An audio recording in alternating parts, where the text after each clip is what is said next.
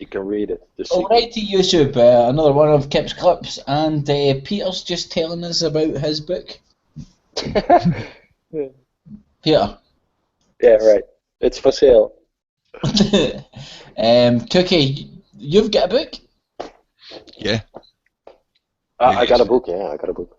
The Book of All Knowledge. Let's see if I can do screen share on this one now then. I've got my camera switched off and that's not very good. Found my picture. Can I do screen share of that image? I got the one on infinite wisdom. Well, pretty good. Okay, can you see that image at the moment? We can see that. Yeah. There's your Eye of Horus. Yeah, that's the traditional Egyptian hieroglyph style of Eye of Horus, and that's what it represents. The corpus callosum. Are you suggesting the ancient Egyptians sliced people's heads open, Cookie? Yes, definitely. They were one of the first main cultures that actually made notes about what they were doing in that way. Yeah. And surgery. You don't think it came down to the ancient Egyptians from a previous culture? Yes, quite possibly. I think certainly there are core threads to this kind of knowledge and information that was passed to them from prior cultures. Yes, definitely. They just carried it on, and they made it. They added, well, maybe it wasn't them, but they perpetuated this, and this is part of why we have this empire system now.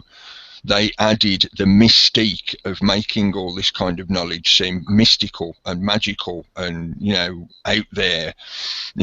Whereas really what they were referring to was what in the modern age we would classify as scientific information. Yeah, but they were looking at it from, and I'll try swapping my screen to that other picture I was showing you earlier. One sec. The 33 vertebrae, yeah, and why you have the 33 degrees. If you just do a search for 33 vertebrae in the spine, something like that, do a search for that, you'll find loads of images to do with the Kundalini process of the ascension of the self through the spinal column, through into the corpus callosum in the brain, yeah, and it's that process that leads into the what's called the pons, which is also called the pyramid, which is at the base of the corpus callosum where your pineal gland is, and then again is that shape of the Eye of Horus. And Peter's just telling us about who done that. I'll stop the screen share now because I've sort of jumped quite a way ahead. Threw you straight in the deep end, but yeah, let's backtrack and say hello to the people in the chat room and sort out actually starting this hangout. I'll shut up for a minute. There you go. Oh, Cookie, what you were doing was spot on, mate. Because what exactly? Well, it was spot on because shit, I did bring up the 33 vertebrae. Because you're suggesting that somehow this is related to the 33 degrees of masonry, which I haven't heard before, man, and I want to hear more of, man. So, because I was kind of arguing, not arguing, but I was disagreeing with you in the sense that to the recent understanding that I understand the first 3 degrees are pretty much open to anybody that wants to venture into it. It's the degrees above that which would be an elaboration, and then the Scottish Lodge likes to love and behold its independence from the English Lodge. The Yorkshire Rite, yeah. But it's not even so much that, because Freemasonry is a whole fraternity. Would be based in England, but here you go. I've got another picture to show you. One sec, get to the right screen. Click screen share. This is another classic picture that you can find out there, no problem. The degrees of masonry plus their sort of subgroups like the sisters and whatever. You got the classic G up there, which happens to be on a sun dial, which is also the 4 compass points, etc. You know, whatever. The 3 degrees are down here. Look at the bottom. The 3 degrees, as I was saying to you not long ago while I was off air just setting up, the 3 degrees are the equivalent of the soldiers. They don't need to have access to all this higher knowledge. They don't need to. They just need to know 1, 2, and 3, and then they're able to carry out the orders that are passed down to them from above by those who do have the higher knowledge. So those first 3 degrees, yeah, they're definitely available to the public. They're quite happy for the public to get in that level because they need more soldiers. But that's all they are. They're like the soldiers in the mafiosa. They are the hands that make stones move in the physical world. It's the people up here on the higher tiers that are the brains that make the decisions and write the laws. So, go on. Sorry to interrupt you, mate. Cut you off in flow, but oh man, I was listening there. I was also bouncing into the chat room and hi everybody in the chat. Sarah of Gaia, I think. I guess you can ascend to higher levels by either marrying up or getting a better job, or I think you'd be learn. given access to. You wouldn't necessarily Network. automatically rise to a rank based purely on marriage. I think they'd open the doors to you getting that rank, but you'd still have to go in and do the various initiations and all that lot. Sure. But you have to unlock those doors yourself, basically. You have to work your way up. Yes. Yes. Do you know what If you come from that level, because some people, I guess, ascend automatically on a much higher level. Yeah. Just because of who they are. Let's ask what Dean thinks, because we were in a lodge not too long ago and we got offered. I've got a membership form there and stuff, which I'll show to folk. And if you get £250, Dean, are you going to come back up and join the lodge, or? I don't think it's my cup of tea, but I'm sort of with Cookie on what he's been saying, because that's my understanding of it as well. What did you think of the building? Building's absolutely, it's just like them all really, what stonemasons are. They're beautiful buildings, and the interior fixings and fixtures are all original from the 1700s, and it's really, really nice. It's like walking into a museum sort of thing.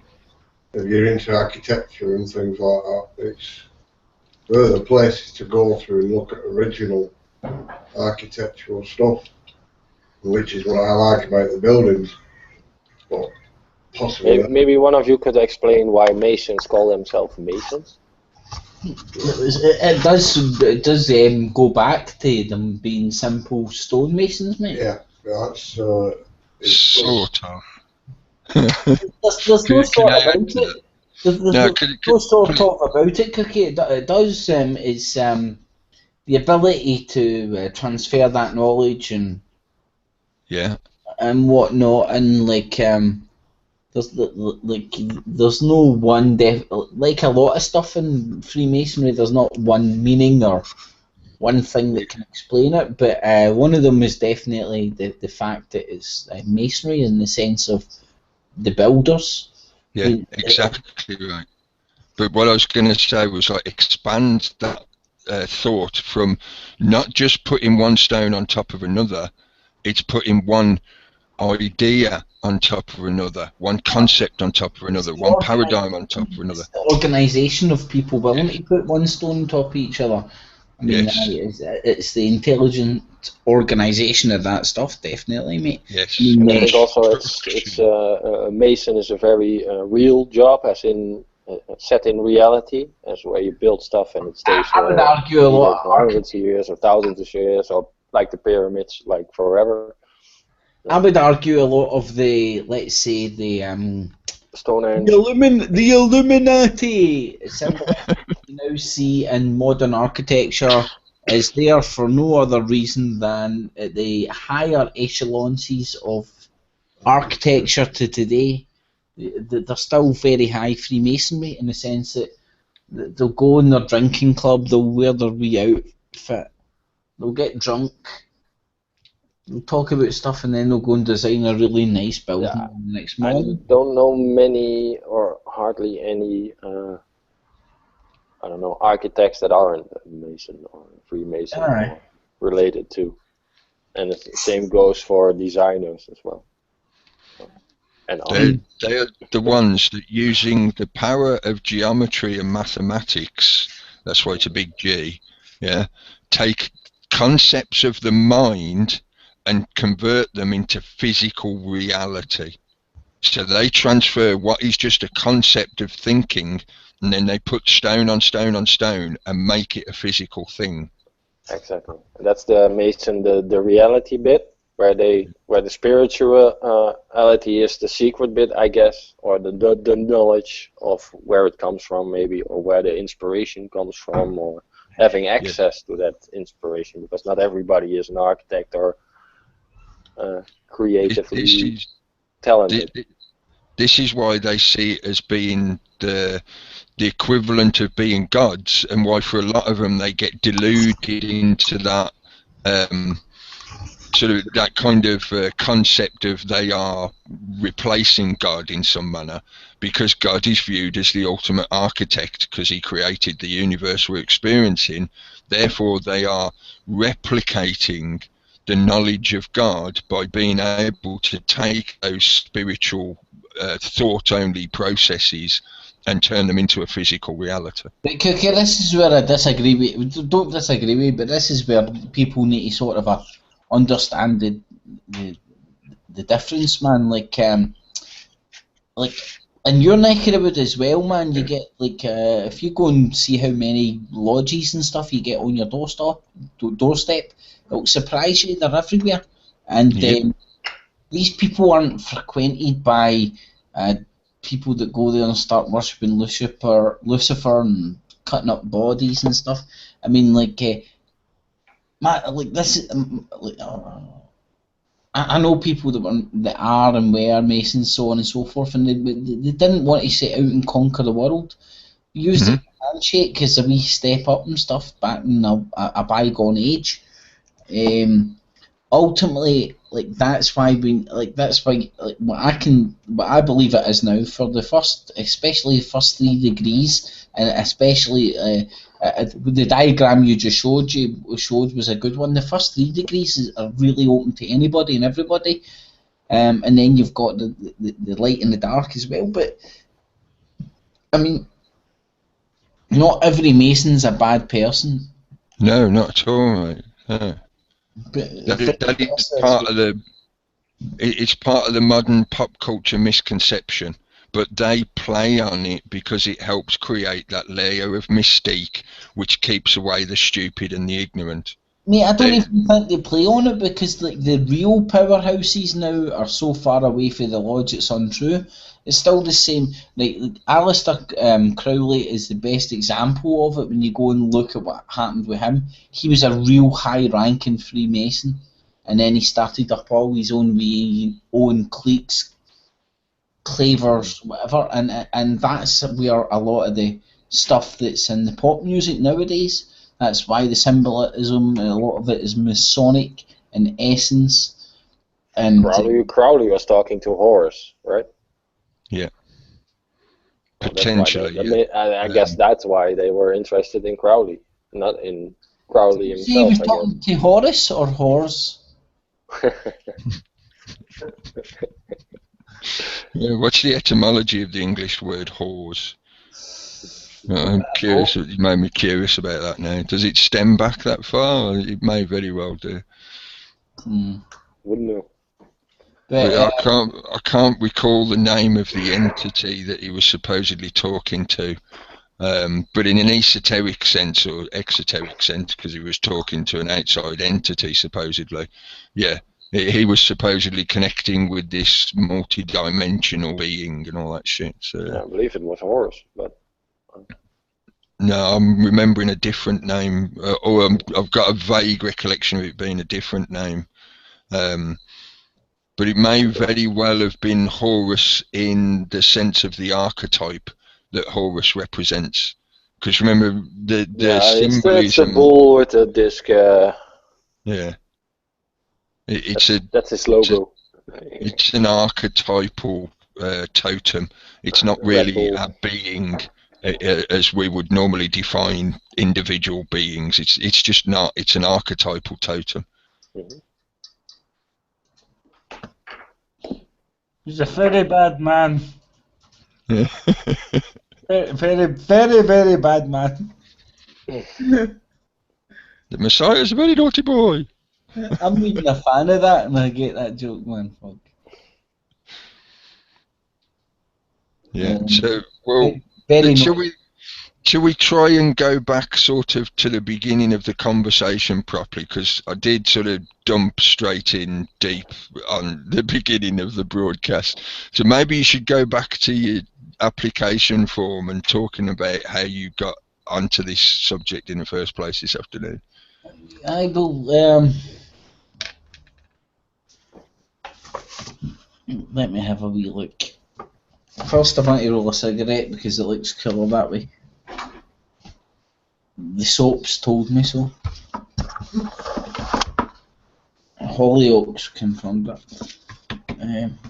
Well, this might be off the cuff a bit, but the maximum height of the health and safety laws on a step is 9 inch, but 3 times 3. What? The maximum height on a step going into a building or anything like that is 9 inch. But it's just about 33 centimetres or something. No, it's 3 times 3, isn't it? Alright. 33. 9 inches would be approximately 21 centimetres or thereabouts.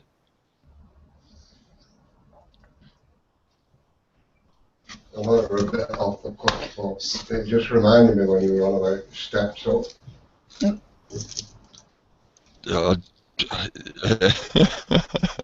I suppose I've got to see opportunities there while we're talking about it.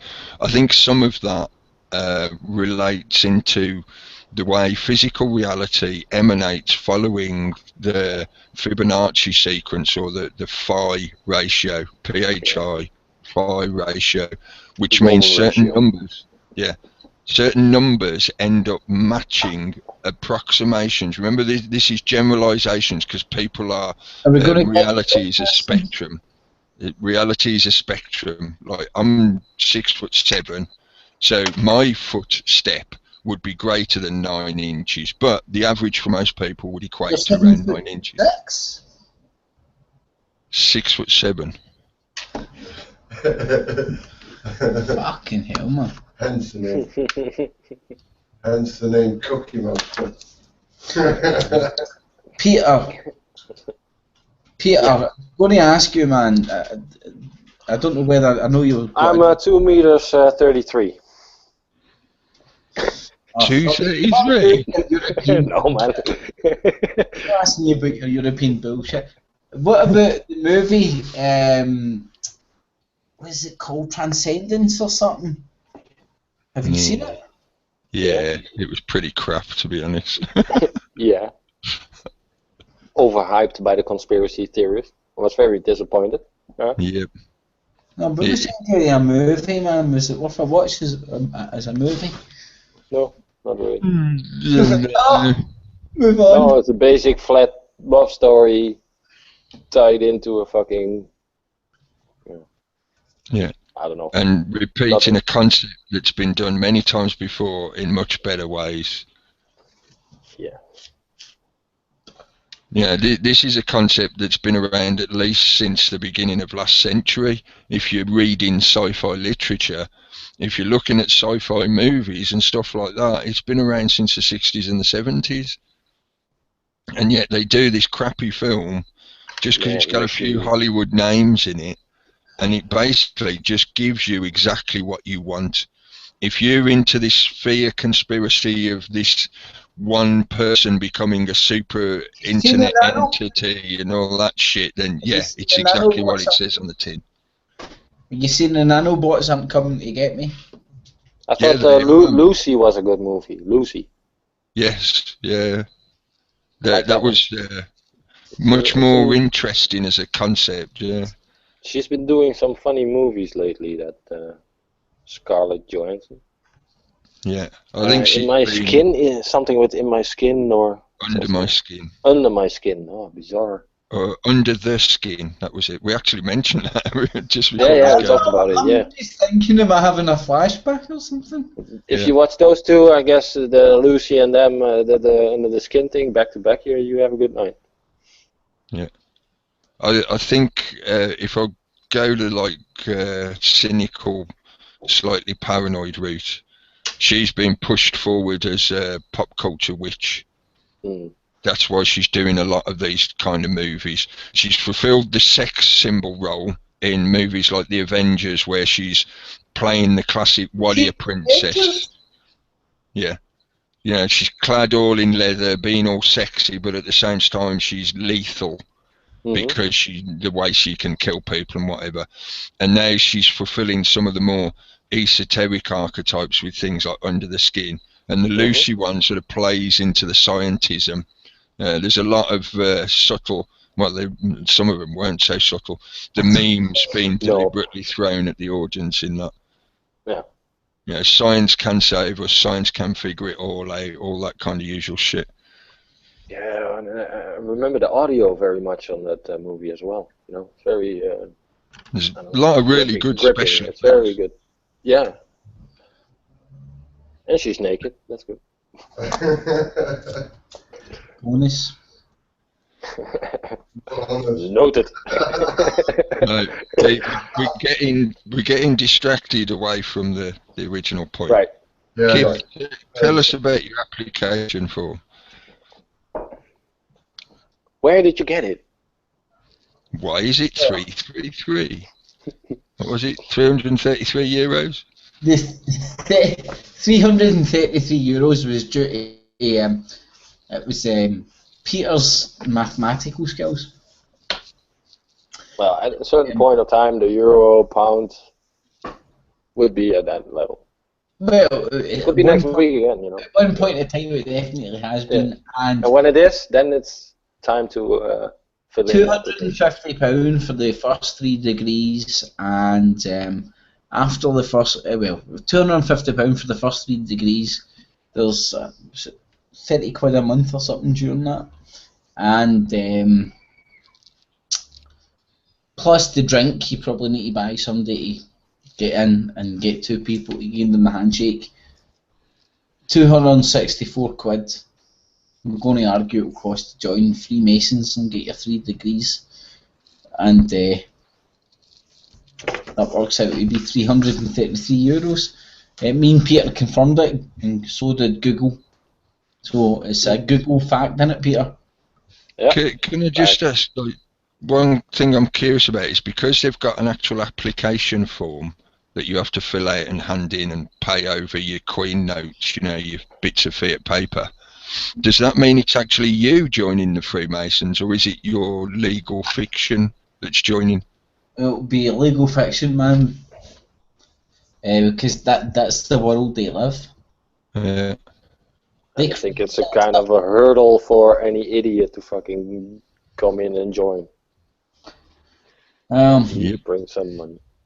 Like, you can become king of that domain as such, but you do have to join the party. You have to accept it as the way it is.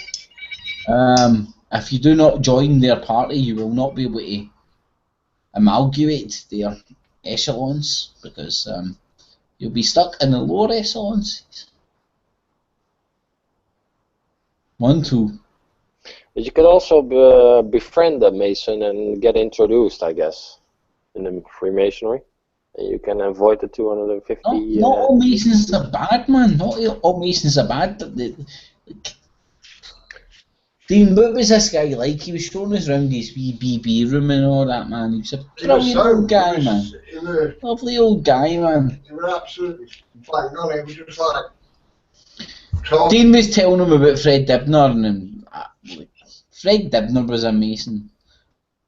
The guy built stuff, man. That guy was... They knew who we were, and he was like showing us all his personal collections of what he personally collects on the history and stuff like that. So it was like an everyday person, nothing really stand out about him, you know, that made you think of a Mason. Nothing at all. And the way he spoke as well, he didn't really pump it at us a lot. Not at all. They just showed us more of the history of the building, history of the people that's joined, history of like royalty that's been Masons and things like that. But genuine guy as far as I could see. Yeah, a good salesman. Sorry? A good salesman then. Well, yeah, if you look at it in that sense, yeah. I suppose we were, yeah. But I wouldn't say we were like forcibly. £250 and I'll join, and all I do is need some money for a spy kit and stuff.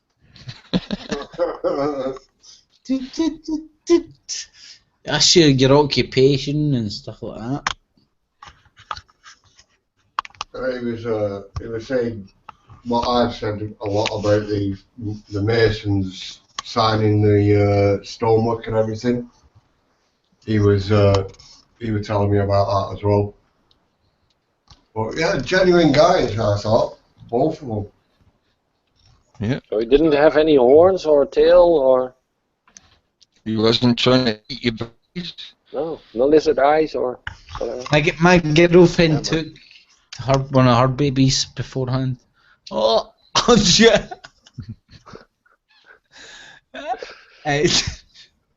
The application form doesn't say 250 pounds or a baby. No, £250 plus baby. £250 plus your newborn. All right, firstborn. Sure. It was interesting. Was it no better to be inside one of those halls than? Yeah, I was just trying to pull photographs up out of the all. We weren't allowed photographs, man. No. That's one thing we were not allowed. Can we take photographs? Aye, but blah blah blah blah blah. So photographs were not permitted. But they didn't say no, but they didn't say yes. Because if you can imagine, you would get just people. Do it, man. Well, think how you get people going in there just taking the piss. Just taking the piss. Okay. And then if they let one person, they need to let everybody. And there's a few people, visitor-wise, going through there. That's the first gate, isn't it? You know, mentioned earlier about the 33 degrees and levels and whatever. You know, the first gate is they don't want any old numpty off the streets just stumbling in and scrawling their name in the book saying I want to be a member. So they have an application form, an application process, and they charge you some money so that it puts off that general riff-raff, you know.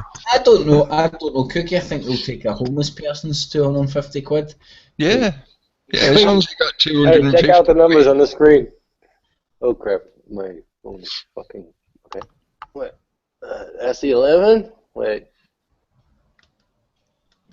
Come on. I couldn't pause it. Damn it. There's a 33 on there. Yeah, one of them has a 33, 11, and a 6, I think, but it's kind of funny.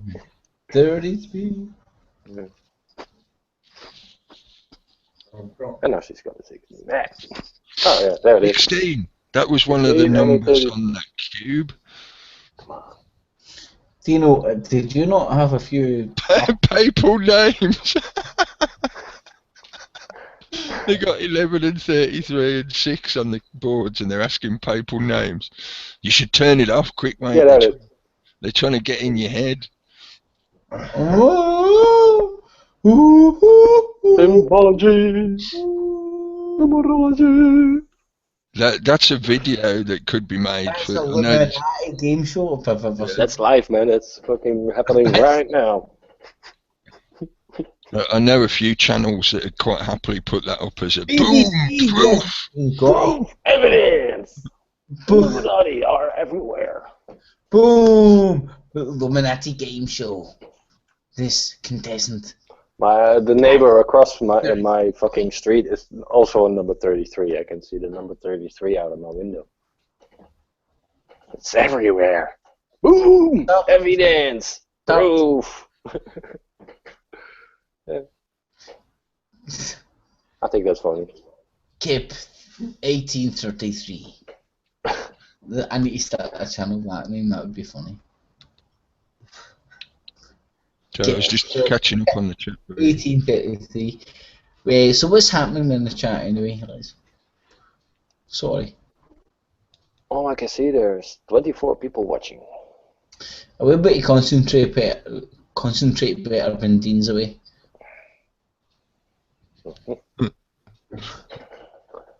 Blame it on the guest. Right. I know. It's a very get out of jail free card. So you didn't pay the £250 admission, so you're not a Freemason yet? Well, Are you looking for donors, Kip? You want to join? not donors. Are you looking for a sugar daddy in the masonry who can fucking sponsor you into Freemasonry right now? Or all I need is, like, I would rather get the spy kit donated first.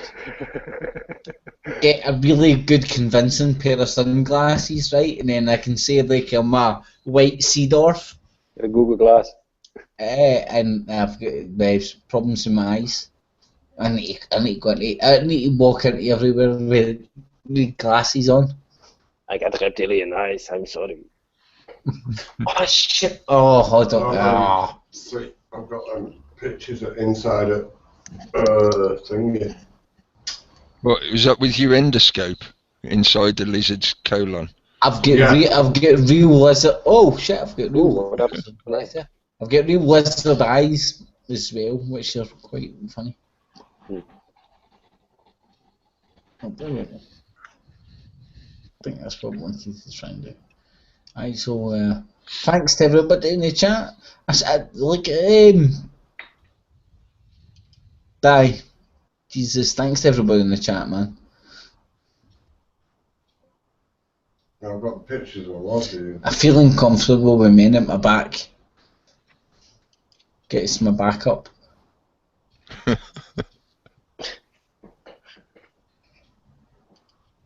They put in 9 inches.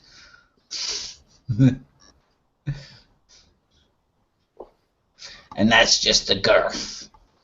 But yeah, so we started talking about the 33, and then Cookie mentioned the 33 vertebrae, and you said, what? 33 vertebrae? Never heard of that. Right, so... and I said something about blood types, 33 blood types also, or certain kinds of blood types, or something like that. I was going to pay homage to everybody in the chat. 5 dinners.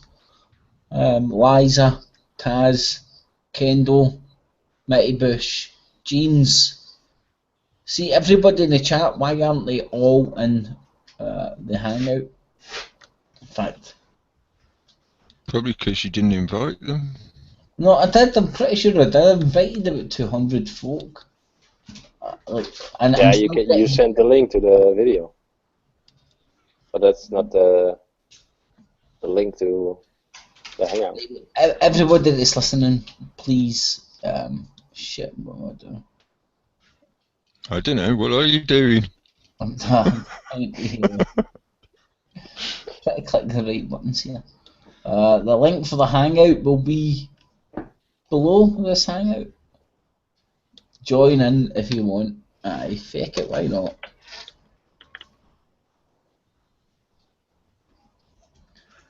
Dean, you've got some 33 articles that have you know.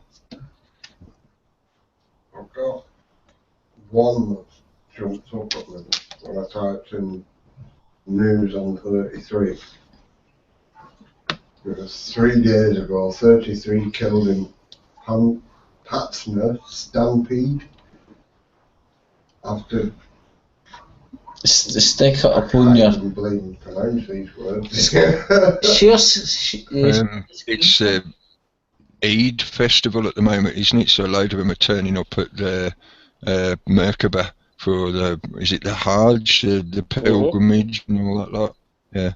Yep. And when you see the images of just how many millions of people turn up there, you're bound to get some incidents of people being injured just by the sheer number of crowds and stuff. Every year it happens. So, see what else there is.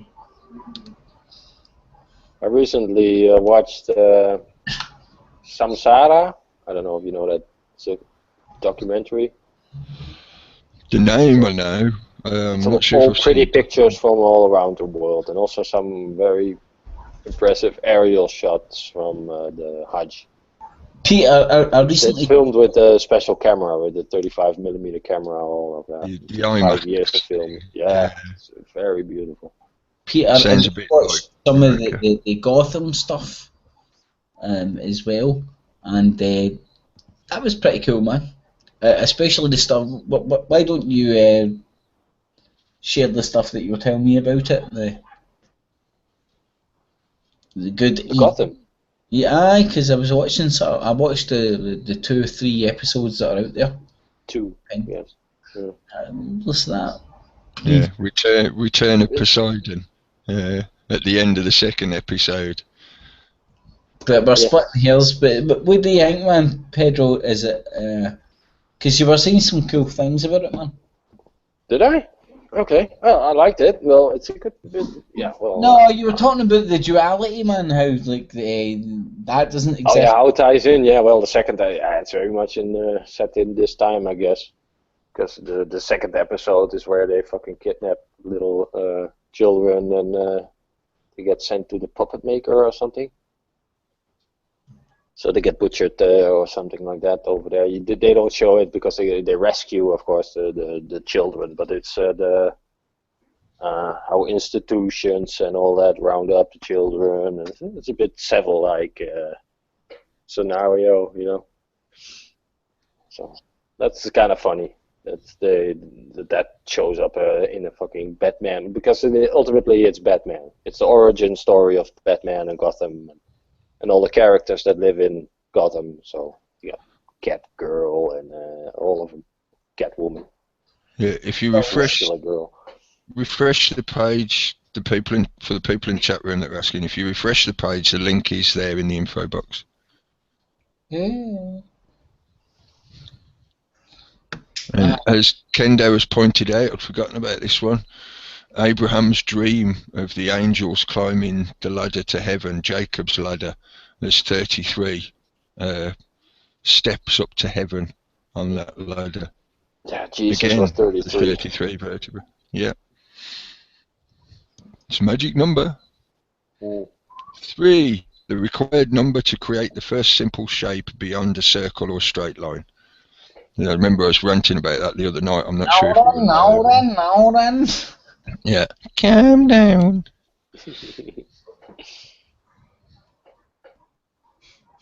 It's the first dimension. The reason I mentioned the Poseidon thing, because you were saying about the kids being shipped off in the storyline to be whatever happened to them, to the puppet master. Yeah, another interesting mimetic archetypal name. And the transport company that was shifting them has got a logo that is the classic Poseidon logo, the trident, with the circle of the earth on it, the Saturnalia kind of symbolism, all that. Like, yeah, it's been quite interesting so far. Some of the background detail in the episodes. Mm-hmm.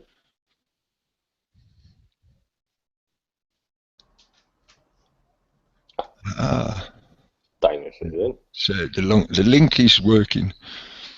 Yep. The link does work. I'm going for a quick pee, and there's 5 bellies in. And Dino's going to take control for 2 seconds. Dino. Cheers. Just because I'm paranoid don't mean there's no one out to get me. Yeah. dinner. Easy. Go. Easy. You're on the esoteric one today with the Masons and shit, man. That's interesting topic. That's very interesting to me. Well, not really, because we want to bring it back into reality, because it's not so esoteric, actually.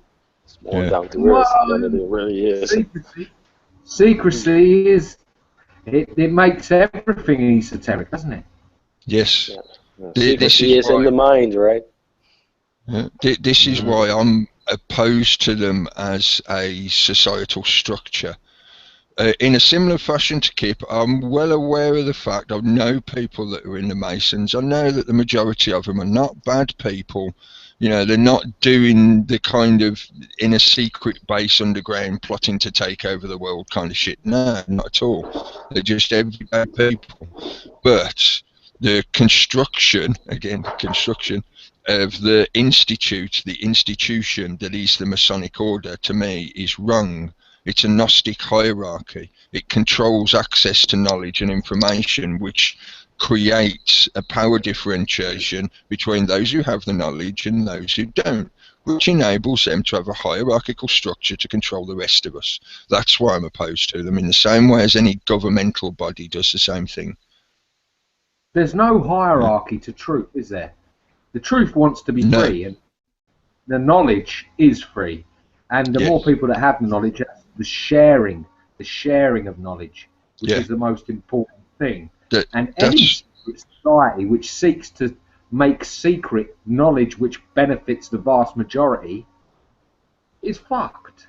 Yeah, that's where I agree with Peter as well, and that's why for me, a lot of the stuff I've put out there over the years, I've been trying to help dispel that mystique, to get rid of that illusion, because they use it deliberately as an illusion to put off the stupid and the ignorant from knowing this stuff, so it helps them keep that power differential. Yeah. So for me, dispel the mystique of this stuff is not weird, you know, crazy magic weirdness shit, people. It's knowledge that is there. You can find it in reality. It helps you in your reality. It's there for you to access and utilize if you want to. Yeah, you just have to approach it in the right way and not see it as being this. I keep using the word weird, but I can't think of another name to describe the way they attempt to separate it from everybody else, to make it seem like it's something that you can never get your head round, that you can't comprehend because you're too dumb and stupid, you're a muggle, you know, you can't get this because it's magic. It's not. It's just knowledge. You said something about the 33 vertebrae and ascension through the spine. Could you expand on that, Cookie? I'm not trying to put you on the spot, mate, but I've been getting these tingles going up my spine. You know, when you listen to a good bit of music, when you smoke a good bit of puff, you just get a nice, good feeling going. You get those tingles up your spine. That's partly the chemical process, the endorphin primarily, but there's others involved as well that I can't remember the name of off the top of my head. But in that respect, you're talking about the chemical processes, the glands in your brain tell your biology to excrete certain chemicals because you're having a good time. You know, that could also be added to by chemicals that you are imbibing to add other chemicals to your chemistry. You get that rush effect from the base of the spine, goes up the spine, you get the tingling on the back of your neck, the hairs on your neck stand up and you're like, whoa, yeah. You know, it's that kind of sensation. I've attained control of that sensation, Cookie. I've attained full control. I can turn it on and turn it off at will. This is where we get into the Kundalini process, which goes back to the ancient mystery schools and the ancient Eastern traditions. If you look at some of the ancient Eastern traditions and the stuff to do with acupuncture and the chi body and stuff like that, this all adds into that. And it's that process of doing, as you say, attempting to have some form of control over that process so that you can build upon it. Yeah, and if you can, I accessed it through EFT. I don't know if you've ever heard of the tapping, the emotional freedom technique, where you. Yeah. And I came upon the realization that I could switch it on and off just through that process, you know, of releasing tension and relaxing. And in a way, I suppose a deep breathing helps as well. I don't know if it had anything to do with the tapping, but after going through that process a few times, I realised I was in complete control of my spinal tingles, switching them on and off anytime I like. I think some of the tapping technique basically links your mind or helps yourself get into a meditative focus state. Because other ways of doing it is through meditation. Traditionally, Eastern traditions, you know, they lend towards the use of meditation to attain that control of the Kundalini. Yeah, the Kundalini is that energetic process through the chakras up into the crown chakra and true sentience. That's the way they view it. It might help actually if I screen share again and go back to some of those pictures I was showing. 1 sec. Right. Because I have no idea. There's kind of. I have no idea. Sorry. No, okay, but it's kind of interesting how it's more linked to fucking Buddhism and that kind of spirituality than it is to Christianity or any other Western kind of religion. In general, although they have the Mason Bible. Yeah, this is what I was going to say, mate. In general, I'd agree with you, but the Christian Bible, in particular, I'm getting a slight feedback. Who's not got the headphones on? Whoever it is, please. Oh, sorry. A second. Okay, it's all right. You're still doing it. Still getting feedback. Yeah, hold on. I'm just waiting for the button to come up. Bear with me. Okay. Has that worked now? Yes, cool, thank you. The Christian Bible, especially any of those after the Reformation and the King James Version, are yet again another layer of dilution of this information. If you look back from the King James Version and prior to that, there is a hell of a lot of information that follows exactly the same kind of principles. As Kendo pointed out in the chat, the 33 steps to heaven, Jacob's ladder. Yeah, these are yet again metaphorical representations of exactly the same process. I personally, the perspective I have on the story of the Christ as it is presented in the Bible is exactly the same archetypal story of the ascension of the self that is represented by the stories of Horus, the stories of Krishna, the stories of Gilgamesh. They're all describing exactly the same process, and that's the process of the ascension of the self from the animalistic, which is represented by your base chakras. I don't know if you can see my screen. Yeah, the base chakra, the sacral chakra, which is where you procreate from. Yeah, it is that primal drive energy center up through the 33 degrees, the 33 steps to heaven, into the true sentience of the higher mind. Yeah, as the energy rises up through the spinal cord, goes through the pyramid, what used to be called the pyramid. In modern anatomy, they don't often refer to it as a pyramid anymore, but look at older anatomy books and you'll see it labelled, into what is the Eye of Horus in the classic symbolism, that where the pineal gland is, where your true sentience stems from, up into the higher functions of the frontal lobes and all that lot, because it's that higher brain that gives us our higher sentience from the animalistic centers. Yeah, you come up through the brain into the lower animal centers, the lizard brain, the mammalian brain, and then up into the higher functioning cortexes. That's what the 33 represents. The lizard god being one of their gods in Egypt and all that, and pyramid and all relates to what they are doing over there as well. Other ancient symbolism that adds into that is things like the staff of Hermes, the snake symbolism. This is why one of the things I've tried to do is help people dispel the misinformation of the snake being evil. It's not. the serpent is not evil. This is partly part of the problem that was caused by the school of theosophy, because they didn't represent this information very well for the general public. So combined with the misinfo that was fed into the public, by the churches, most people view the symbolism of the snake and what the snake represents as being evil. You know, the classic satanic symbolism. That's not what it represents. It represents Lucifer, and Lucifer represents the first moment of awakening, of enlightenment. That's why he's the light bringer, the morning star, etc., etc. Yeah, it's the line that gives. It's the line that automatically is created when you have duality. You have above and you have below, and in between is the line, and the line represents the snake, which is the shedding of skin from the below to the above, or from the above to below, from within to without, etc., etc. Does that make more sense? Yeah. Ancient Kundalini. Yeah. And the rise of the ascension of the true self, true sentience, rises through that process that the Eastern traditions called the Kundalini, which is representing the spirit energy, your chi body, your soul. You know, all these different names basically represent the same thing.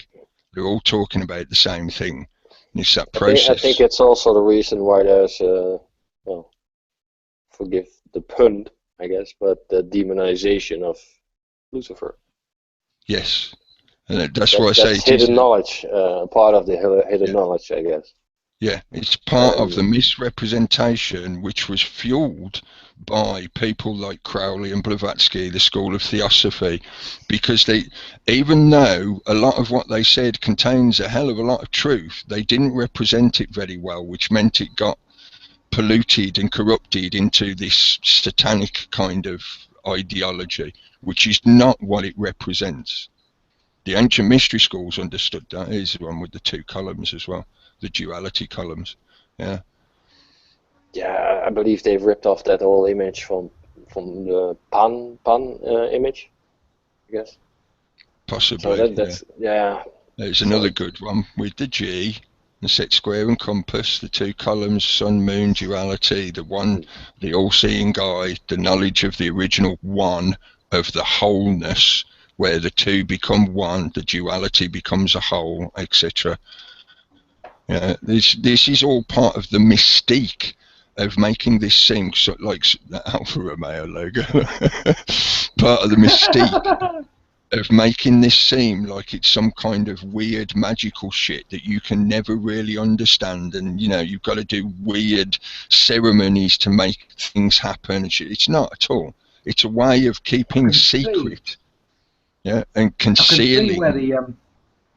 I can see where the Alfa Romeo logo might have come into it, because if you ever get one of those things running right and actually going in a straight line without breaking down, it feels like magic. So I understand why that one's in there. Definitely. What's alpha? Isn't alpha an Italian word that means the first, or the original? Mm-hmm. And Romeo, Rome, the Roman concept, first Roman. Well, it came before Fiat, came before Ferrari, it came before them all. As far as I'm aware, Enzo Ferrari worked for Alfa Romeo. Yeah. You know, so it's the first one. The classic blood red cross on the white background, that is reality created through the blood essence on top of the white void, the ocean of the void. And the snake is the process of that differentiation. Snake or dragon can be both. It's both, yeah. The snake and dragon archetype are interchangeable. They basically represent the same thing. It's why I often refer to the dragon power. So, for example, things like, and this is classic example of how the English language was manipulated and constructed to be what it is. The very word, yeah, W-O-R-D, word, you add the dragon power at the beginning, the S, and it becomes a sword. So if you know the dragon power and you can access the dragon power, your words become swords. This is why the pen is mightier than the sword. This is why those who have that access to the higher knowledge, those who are higher up the 33 degrees, their words become laws, which become swords to make you do things for them in physical reality. That is the dragon power.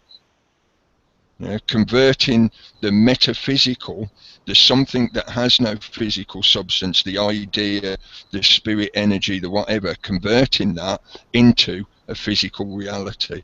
That's why they are Masons, because they take ideas and turn them into a physical construction. That was a massive amount of download for people. I think maybe we should talk something slightly lighter for a little bit and let some of that sink in. That was fucking superb, man. That's just scratching the surface. That shit power. That shit is knowledge, man. That's amazing. That's just twisting my melon good and proper, man. That would give you, if you seriously want to look into all that stuff, you'll spend a year or two researching that stuff. Because there is just so much that stems from those foundation layers of knowledge. There is so much more that stems from that point. Yeah, that's what I mean. I know I've got a habit of doing massive downloads on people, and I'm trying to moderate it a little bit, so I'm not just saturating you with information. Bring it to me, Cookie. Bring it to me, man. Share that stuff. I love it. Do you remember, think of it this way as well, and this is partly how they've played on this whole principle and why those ancient structures were created back in the day of like Pythagoras and Hermes and whatever, the Thermogistus. This is why they created these structures, to help moderate the flow of this information. Because if you got all this information all at once in one mass download, it would blow your melon. Yeah. This is what happens to some people when they go through an awakening process. Right? For the Eastern traditions, they would call it a Kundalini ascension or awakening, etc. It can often be such an earth-shattering experience that from that point on, for the rest of their lives, or for most of their lives until they recover and assimilate the information properly, they can't integrate back into society, because normal society just makes no sense to them whatsoever. It doesn't. Yeah. It doesn't make any sense to me anymore. I don't want to chase money, and yet I know I need money, and I'm right. I feel like I'm in limbo right now. If you uploaded Windows 15 to your computer and then tried to run programs that was made for Windows 95, it ain't going to work very well, is it? That's the kind of problem that they were trying to not alleviate, but allow for a natural process of you grow in a linear fashion. So they have the 33 processes, which is based on a physical reality of the emanation of the creation of everything. You have 33 spine in your vertebrae, 33 vertebrae in your spine. 33 spines, that would be crazy. Hello, Kendo. Thank you for posting that in the chat and reminding me of that. Hey, Five. Five is alive. Hello, Kendo, mate. Nice to see you, geezer. More input, Stephanie.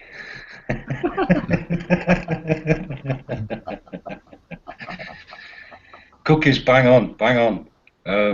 As above, so below. He's got such a big, juicy brain. I just want to feast on it.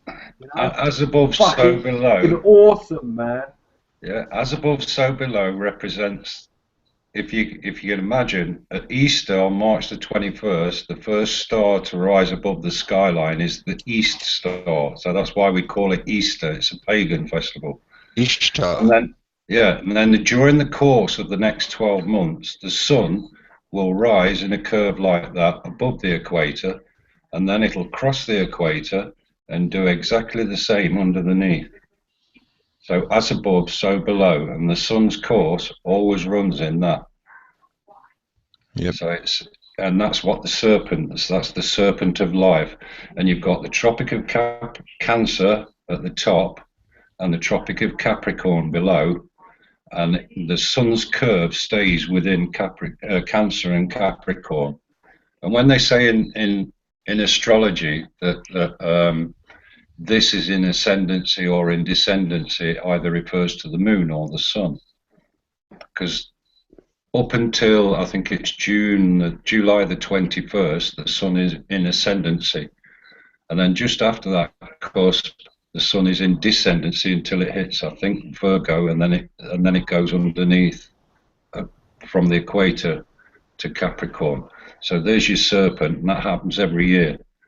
And at the same time, the poles on the bottom of the planet are doing that. They're not going around in a circle, they're going around in a figure of 8 because the planet is on a slant like that. Well, I should point out they used to. Yeah. I feel, I think we might have spoken about this before, I feel that the process we're going through, that a lot of the new age bullshit distraction is calling the kind of 2012 awakening stuff, you know, that kind of catastrophism thinking of you're suddenly all going to turn into angelic beings and ascend to the next dimension and all that kind of stuff. What you're actually seeing is this process where the sun goes through its processional change. As the zodiacal great year has turned, the sun goes through a slight alteration, and it is actually going through a polar flip at the moment. The sun flips its poles, yeah? That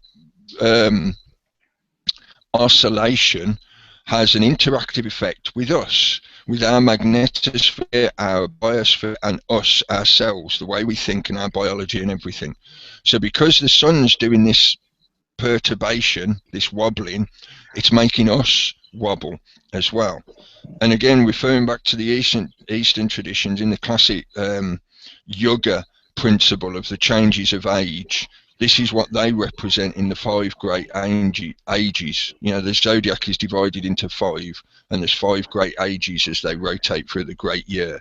And we are supposedly at a point of one of those transitions where, because of the transitory process, we ourselves are also going through major changes, which means we have a change of thinking, we have a change of paradigm, we have a change of the way we view life. Water, just send your cash. Yeah, send your cash. I need cash. That's always good. Buy my book. Buy my book. But it also kind of ties in with the extinctions. Water, just send your cash. I know a lot of people want to send blankets or water. Just send your cash. Send your Lidl's vino, please. Send your Lidl's vino. Kind of annoying. Your Lidl's vino. I'll have your Lidl's vino. I'll have your Reebok Classics. I'll have Adidas tracky tops because that's what I wear. You know. I'll sell cheap. You know. Yeah, dinners. Have you realised there's 3 stripes on your top? 3. No, I'll tell you what. I look in the mirror and I just don't see them, Cookie. It's almost as if it might as well have been plain black. I don't even notice them.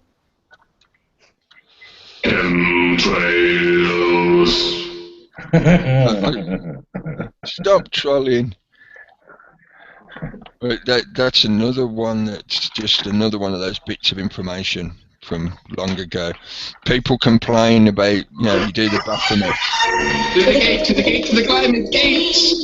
Stop with your trolling. Sorry? Got a phone call, boys. Gonna have to mute. Hold on.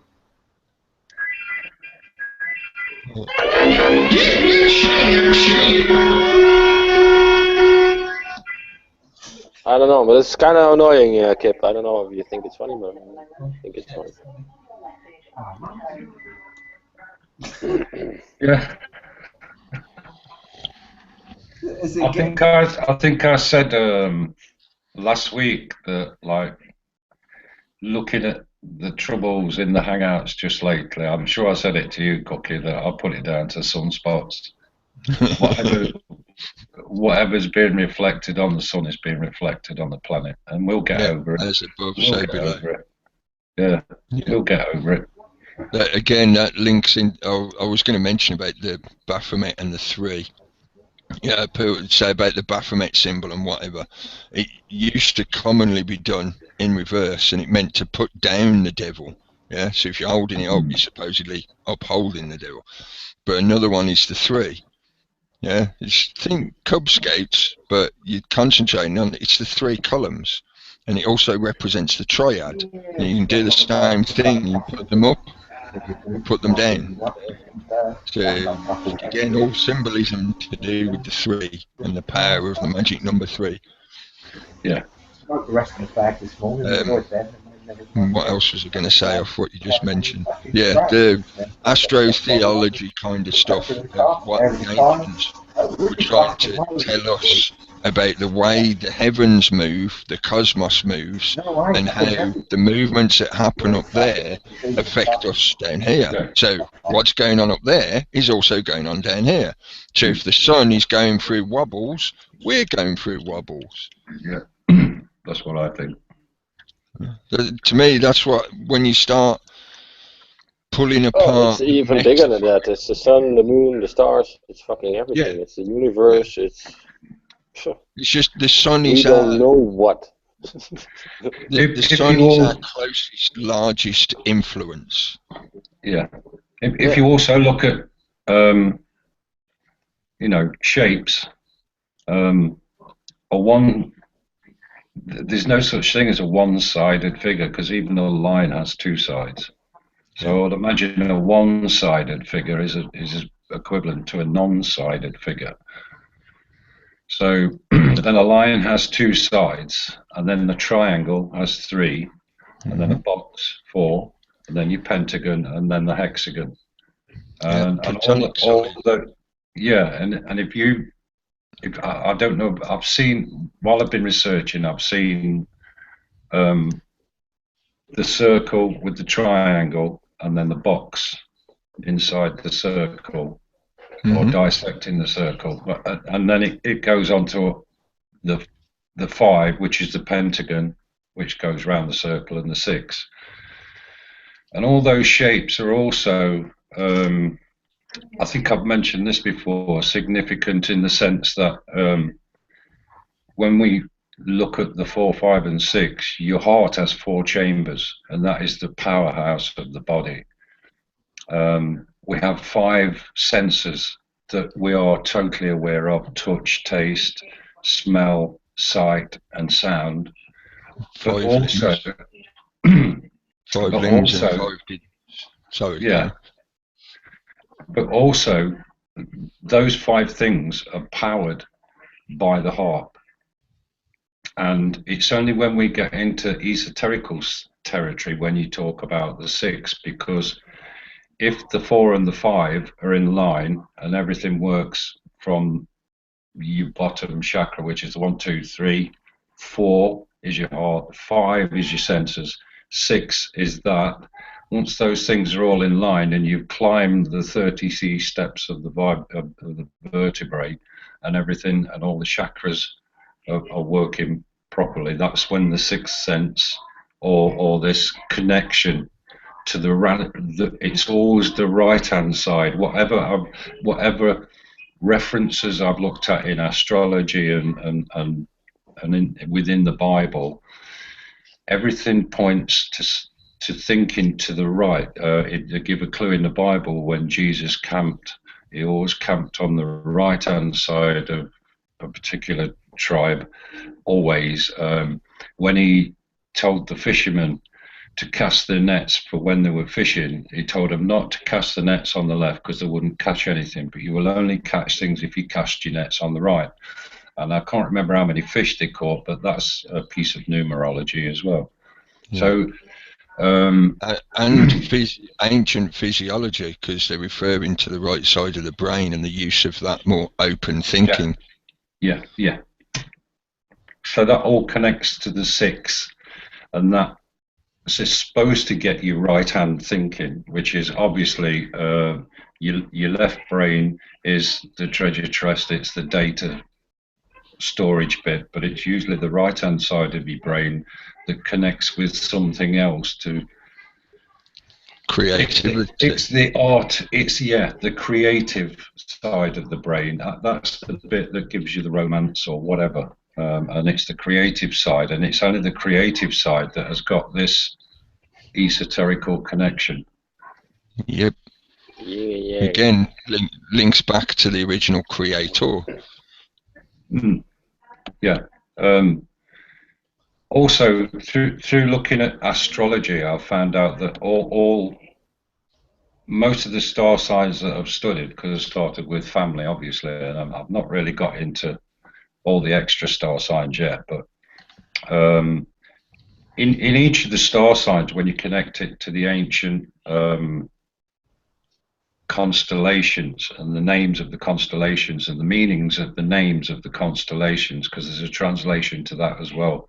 And without going into a long, boring conversation about stars and this, that, and the other, all the clues that are given in the translations, because each constellation is in a star sign sense has one major constellation and 3 small constellations.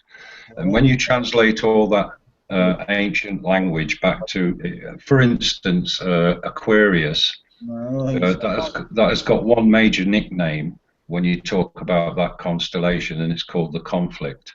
I won't go any further, but Aquarians apparently have a problem realizing that they aren't the message, they're just the message carrier. They're the water carrier, and the message is in the water. And some Aquarians tend to think, only because I've lived with one for 20 odd years, my dad was an Aquarian and a good friend of mine was an Aquarian, sometimes they forget that they are the message, and they think they are the message and not the message carrier. So whatever. But all the star signs have this pull to the right. They're like Sagittarius, that is the bow that gives the energy to fire the arrow to the right hand side.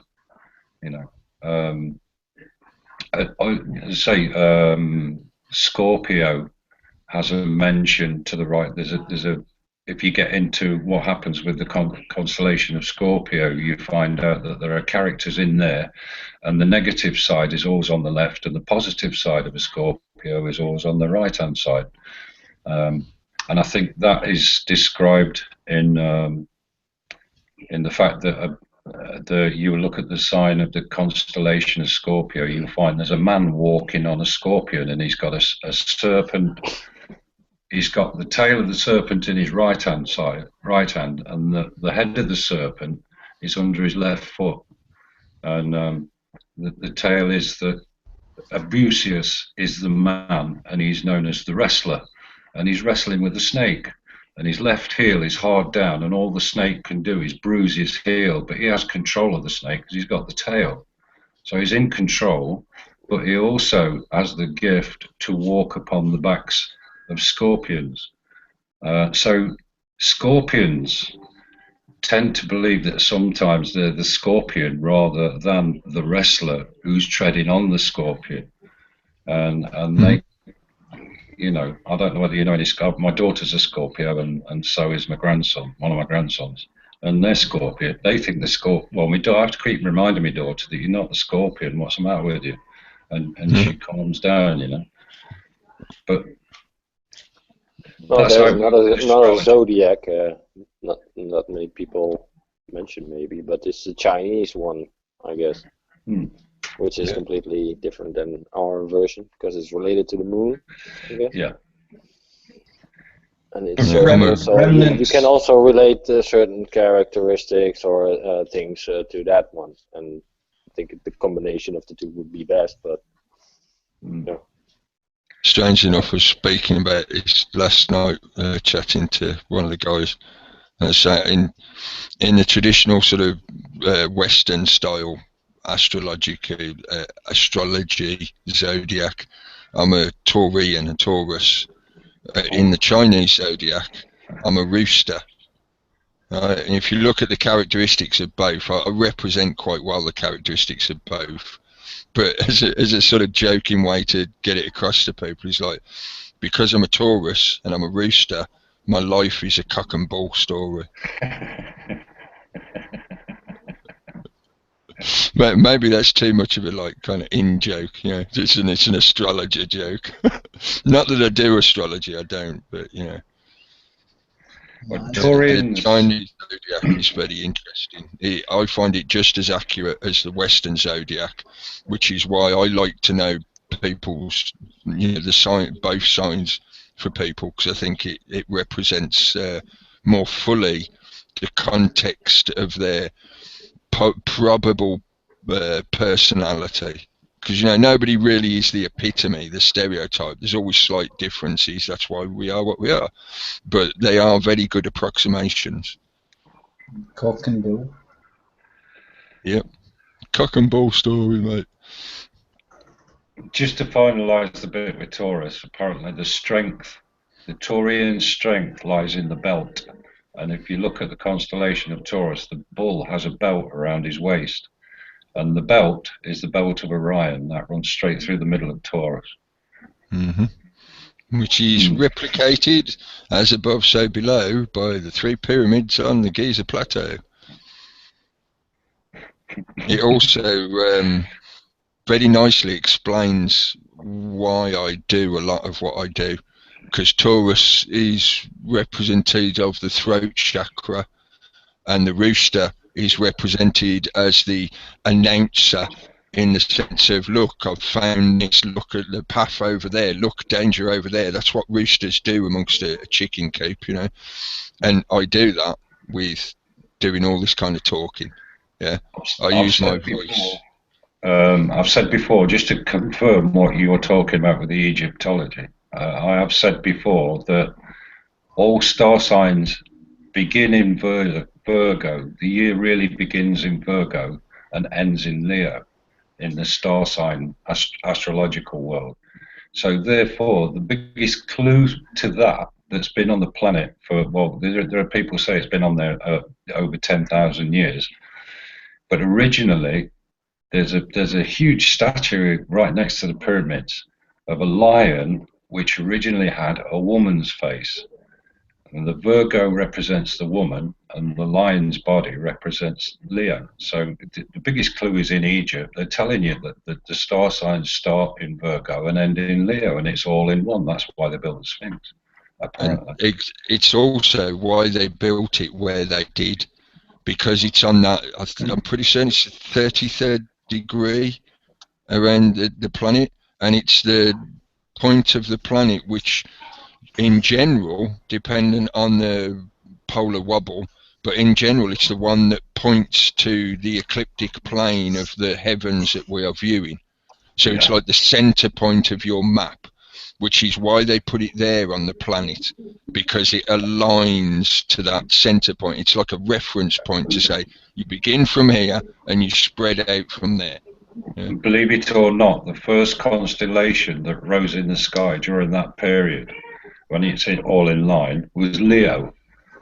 And that's all off that line. So how did they come to the conclusion that Virgo was the first star sign and that Leo was the second star sign? And how did they also come to the conclusion? Because if you also look at, I think it's one of the pyramids is on that cross point, in the midpoint on the equator, and the other bit on the longitude. So how did they get all that alignment and also get it so it was there, so that Leo was the first thing to rise, knowing everything else, and it's all connected to the Sphinx? It's just fucking weird. Excuse my French. The financial year. Financial year. I think the financial year is starts in April. It starts and ends in April in England, anyway. I don't know what it's like on there.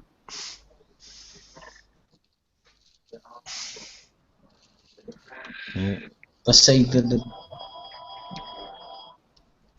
Is that a phone? Yes, phone. Probably. I'll have to mute up a minute, folks.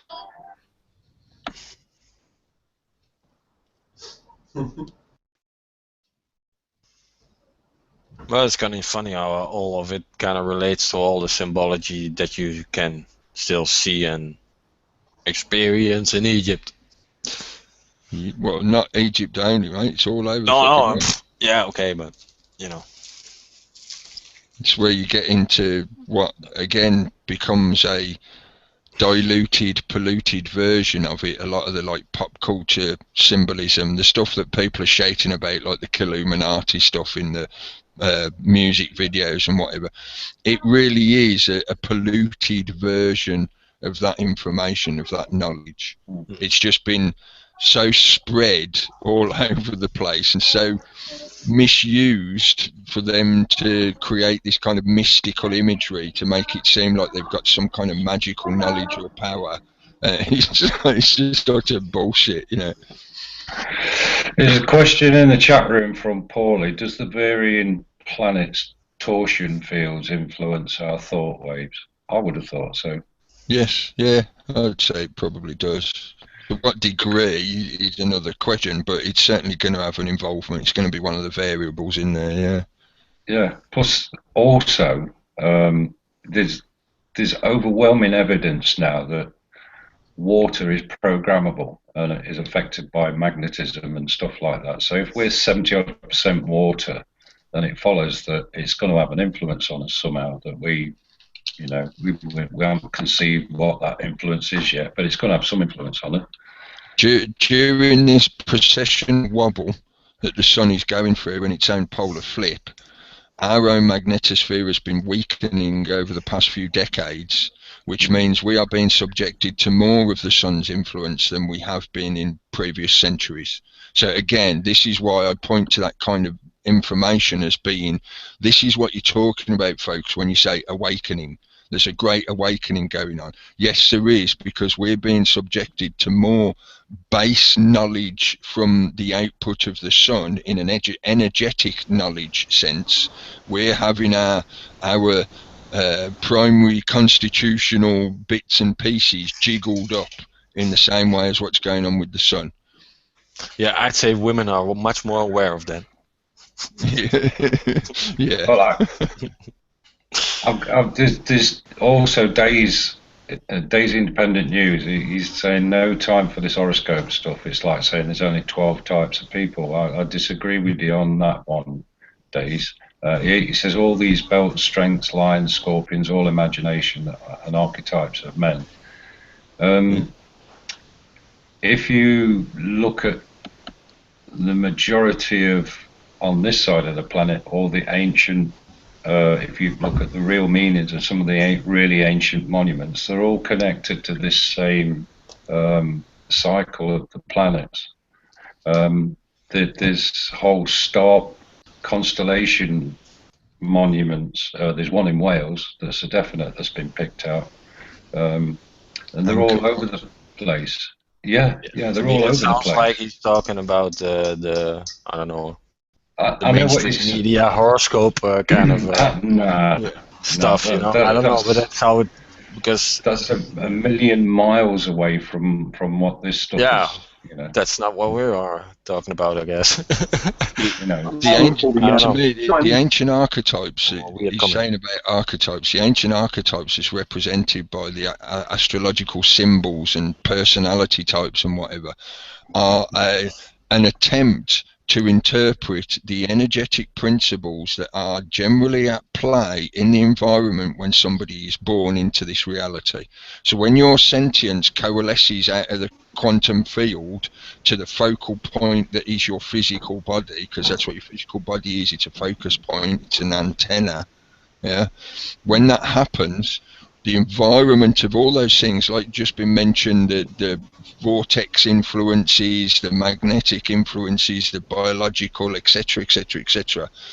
The archetypes that the astrological concepts represent are an approximation of the basic blueprint that you will get by creating that sentience during that time. So they're not accurate at all. And it's not a matter of categorizing people into 1 out of 12 boxes. They are approximations. And when you get any serious astrologer do you a proper full reading, you'll find that you have bits of all over the place. You're not just one sign. There are multiple influences, such as the moon's influence, your moon sign, and stuff like that. So it's not as simplistic. Again, standard problem, the dilution and misinterpretation that gets fed to the lower layer consciousness of the general mass public. That is the shit that you get in the back of the newspaper where it says 12 descriptions, very simplistic.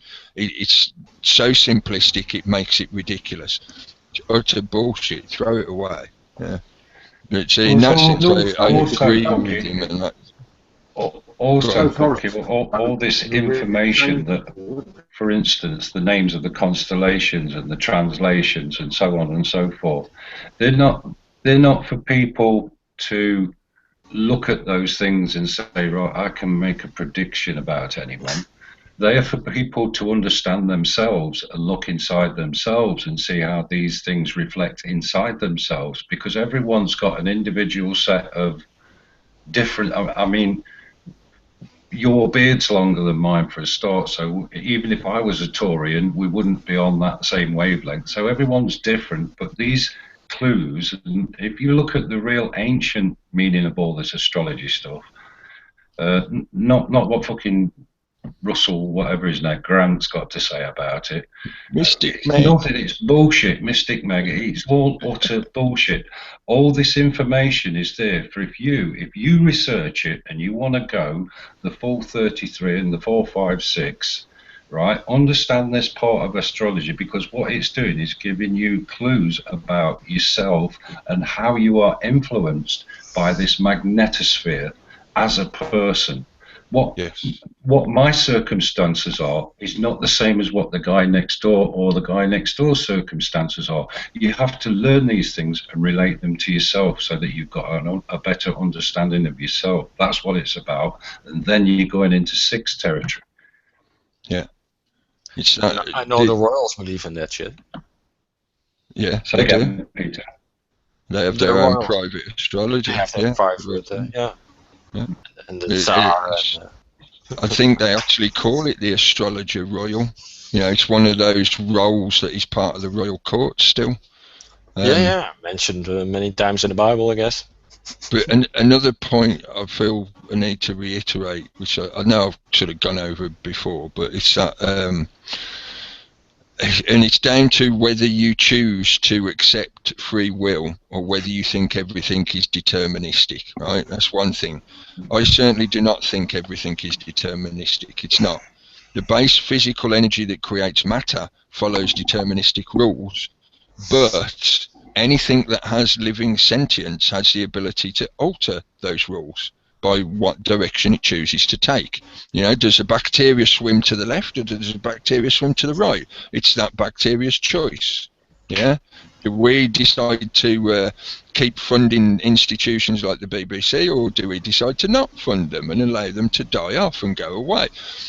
Free will choice. At the moment of your birth, when you're, well, not your birth, but your conception, when your sentience is coalesced to that antenna point, that focus point, you are given a blueprint, which is your DNA and your kind of like the energetic self represented by those astrological concepts.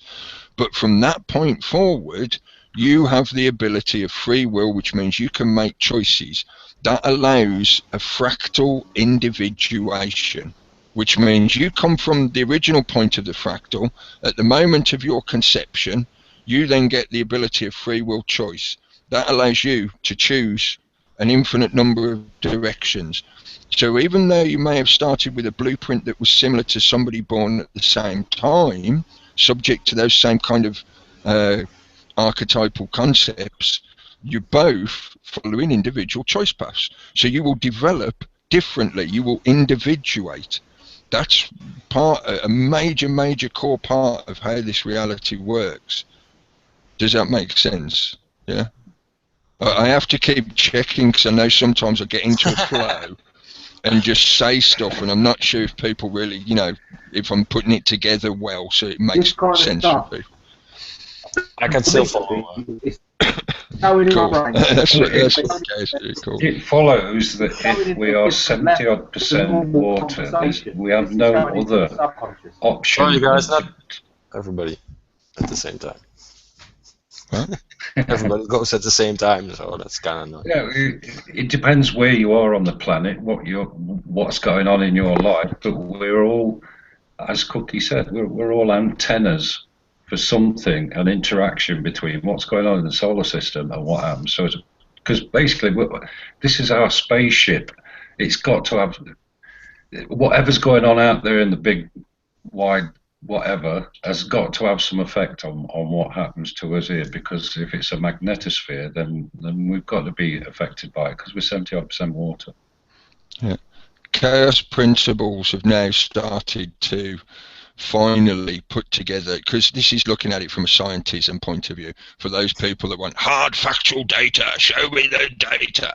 Yeah, chaos theory has now nicely constructed enough proven, reasoned theories to show that out of the chaos patterns form, and the chaos effect of that interaction, we do not exist in a vacuum. We are interlinked to the other side of the universe, but the further away from us, the focal point you get, the less influence that other thing has on you and what's happening in your environment. So our sun, being the closest, largest influence we have, has a major effect on us, whereas Sirius, potentially the binary of our own star, but that's another topic, Sirius has a minor effect on us compared to our own sun. Yeah? So everything is influencing us. You do not exist in a vacuum.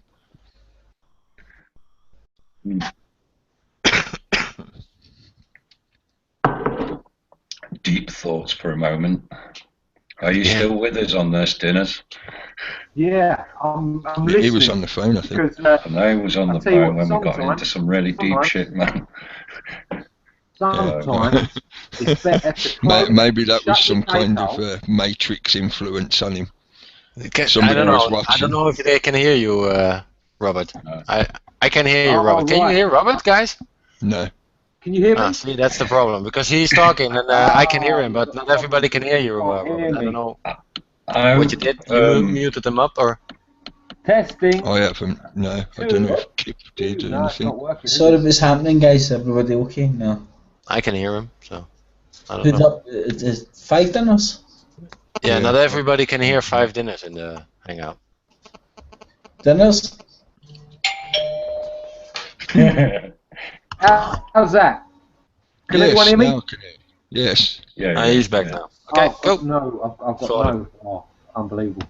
Well, I always think what I was about to say was, it's better to shut your mouth if there's something you don't know about, and then you might learn something. Yes.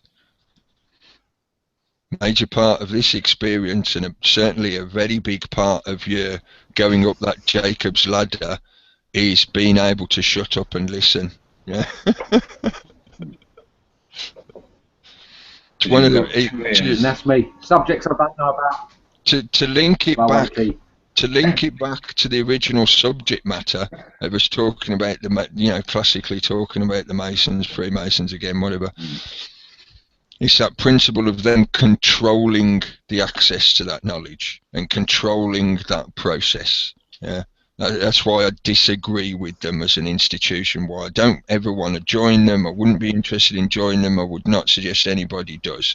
That knowledge that they have amassed, like the dragon hoard treasure that it is, should be disseminated in a sensible thinking way. You don't just stick it all out on the internet and let anybody learn how to build a nuclear weapon. Same kind of principle, but it should be accessible to people, more accessible than it is in that construct that is a Gnostic hierarchy. If anybody watched that program on Saturday afternoon that Kip did, where he was going through the Masonic Bible, Masonic book, and there was biblical quotes. I'm sure if Kip's on it, he'll back me up on this one. He made a point of saying that the whole of that Masonic thing was based on a bullshit. They make it up themselves, and because they've been making it up for so fucking long, it's bullshit. And I'm sure if anyone goes back and looks at Kip's thing that he did on the Masons that Saturday afternoon, everybody was commenting on it. So it's all bullshit. So that whole thing is bullshit. It's because they've made it up to make it this ceremonious thing, and because they've all stuck to the same rules, and it's all gone all over the place. I think that's why the Masons are so powerful. But if what's the Knights Templar relationship? What's the Knights Templar relation? You know the Knights Templar. The idea that they've stolen ancient knowledge and convinced it and kept it. Is there a regime for the Knights and the Masons? I don't know. You're breaking up on my end. I don't know. Is there any relationship between the Knights Templar and the Masons? All right. Yeah. Oh yes, definitely. Oh yeah. Yeah. A quick potted history without dates, because I'm not that good at remembering dates. You know, people can look into this stuff for themselves. It's not hidden history. It's easily available on the internet. The Templars were a group of knights that were given charge. The sort of official reason was to protect the temples, the temple on the Temple Mount, in Jerusalem. That was how it started. Then they were given charge to protect the routes of the pilgrims, to allow pilgrimage to and from the holy city. But that was the official cover story. The real reason they were there was to protect the knowledge and heritage that was involved in that place as a centre, but also to protect the trade routes, to allow the flow of wealth being sucked out of the east and channeled into the great empire, the Roman Empire, that was then the Catholic Church. You know, the imagery of the Roman Empire had been shed, and it become an empire of the mind, of the spirit that is the Catholic Church. From that point, I do think that the Knights who actually made up the Templars, because they had this, the point of the snake, the line in between the above and below and the inner and outer, they were at that position where they were interacting with other cultures that still had a heritage of a lot of this knowledge, because it hadn't been wiped from the ground during the Dark Ages. In Europe, all this ancient knowledge had been actively destroyed by the churches. That's why it's called the Dark Ages, as far as I'm concerned. You know, they'll claim it was because of all these, you know, silly petty wars between the pagan tribes and all that. No, it was because they set out to wipe out this knowledge, right? Whereas the Eastern cultures, Far Eastern and the places like India and whatever, still had that heritage of that knowledge. So these knights were at a point where they had these people coming to them going, well, did you know the earth was round? And they'd be like, you fucking what? The earth's not round. What the fuck are you on about? Did you know that the sun is the centre of our solar system, not the earth? Because the Eastern people still had that knowledge. Don't believe the bullshit that knowledge was only figured out in the middle medieval period. It wasn't. It was known to the ancient peoples. That was how they were able to put the Sphinx where it is, because they knew the world was a globe. Yeah? You wouldn't have been able to plot that place if you didn't know about longitude and latitude of the fact it was a globe. Right? So they even more superior knowledge. Because yes. Knowledge, because they've laid those pyramids out and the Sphinx and everything else. Exactly. Like perfect alignment to solar system, stars in the solar system, right? Yeah. Which is impossible to build like that accurately now. Yeah, even allowing for the precession of the equinoxes. Yeah. Right, so the true wisdom comes from knowing you know nothing. And that's why I remain silent when it comes to these discussions. Yeah. So the Templars also, it's debatable as to what's actually underneath the Temple Mount. There's been ongoing speculation and bits of evidence and rumour and whatever that there was a cache of knowledge stored under the Temple Mount, possibly even the Ark of the Covenant, which, considering all its descriptions and the stories to do with it and whatever, probably carried something that would have given you a spark of knowledge that would have allowed you to ascend in a layer of consciousness sense. Yeah, so they had access to knowledge that just completely boggled the mind of the Europeans. That's basically the simple way to describe it. They couldn't even conceive of the shit that these people were coming out with. Part of that was the ancient knowledge about geometry, the Masonic kind of knowledges, and that's where it links in to the ancient mystery schools. The Templars were one of the groups, because they weren't the only ones. Yeah, there was the Knights Hospitallers, few others, and others that became like the Knights of Malta and the Rosicrucians and all that kind of shit. Yeah, but basically they were the vehicle that brought some of that knowledge back to Europe. But they kept it secret. They used it as a Gnostic hierarchy, a structure that controls access to the knowledge and information. That allowed them, as the guardians of the pilgrimage routes, the trade routes, to make lots of money. Yeah, so much money that they became a direct threat to the power of the Papal States.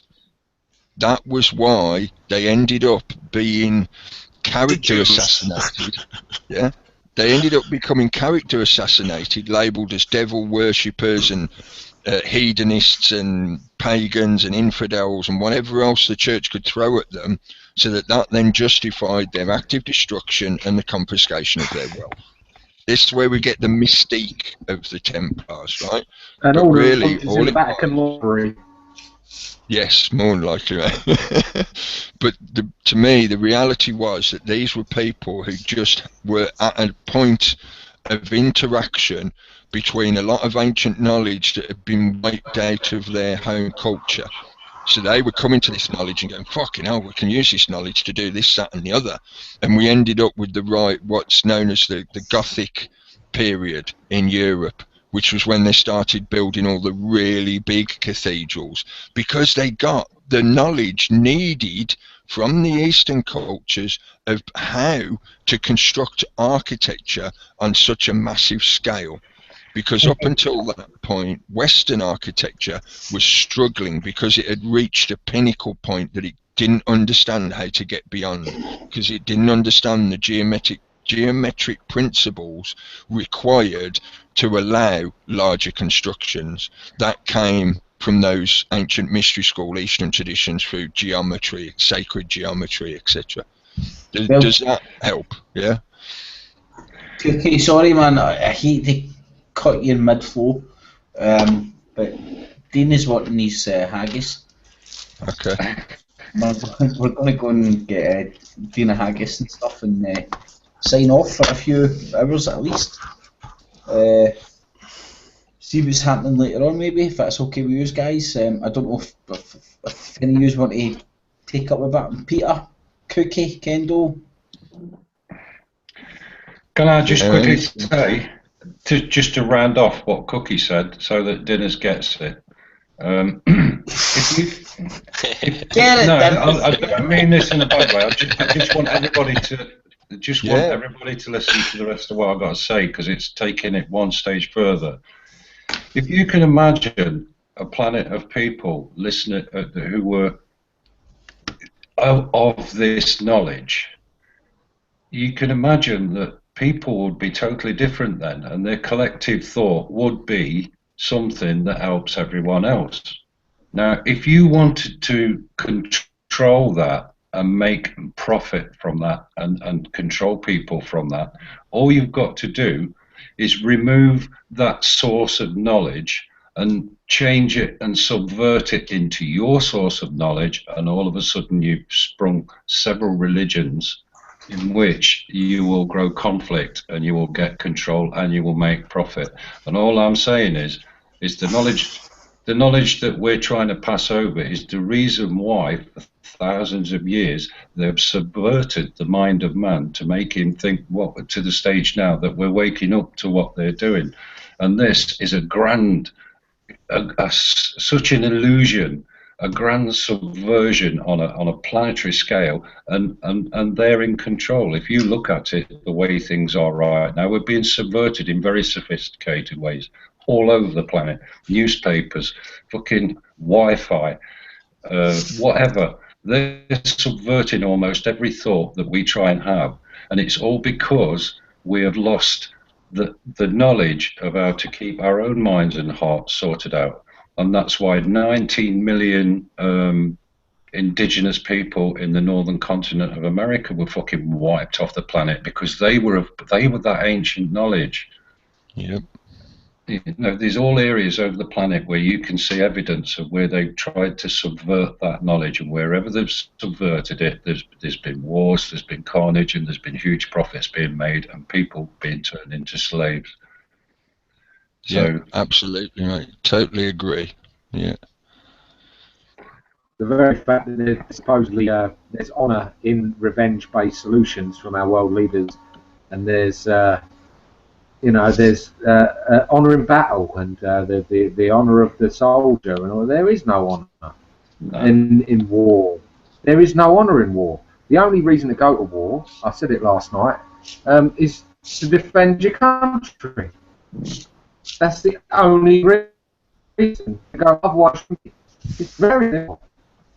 It's a concept that most people can't get their heads around. They think that war is necessary for peace. You know, war is peace, and ignorance is bliss. You know, and that's what most people are living on. But that's not to call them sheep. They're just on a different level of understanding. They know the government's bent. The idea of waking people up is ridiculous to me because everyone wakes up every morning. You cannot wake everybody different up. level of, Half the world is fast asleep. Yeah. and listen. Well, you say it's fast asleep, but they woke up this morning, Peter. Oh yeah, You know, they know the government. Then the other half of the they're just on a, they're just at a different level of understanding from.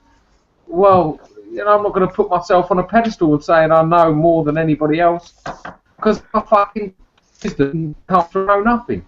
Shutting your trap and opening your ears. I don't know. This system has been around for thousands upon thousands of years, right? By now. And that's kind of what we are recognizing now, because we have this collected data about all sorts of time periods and ideas and pictures, and you know, you can travel easily to Egypt and visit the places yourself now.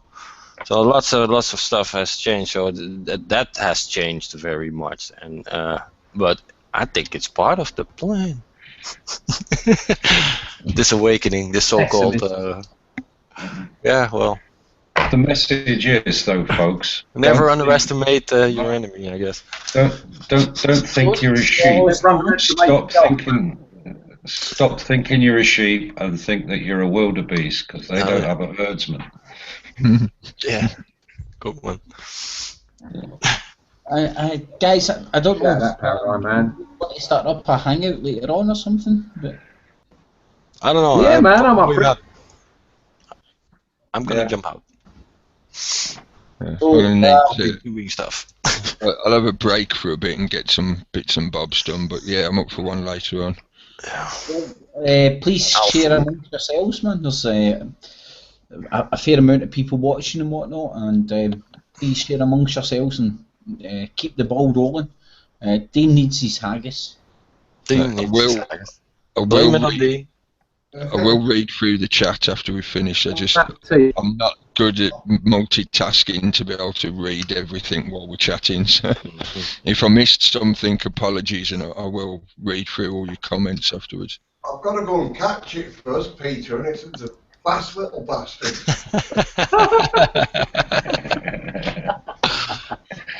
So are you, Dino. So are you.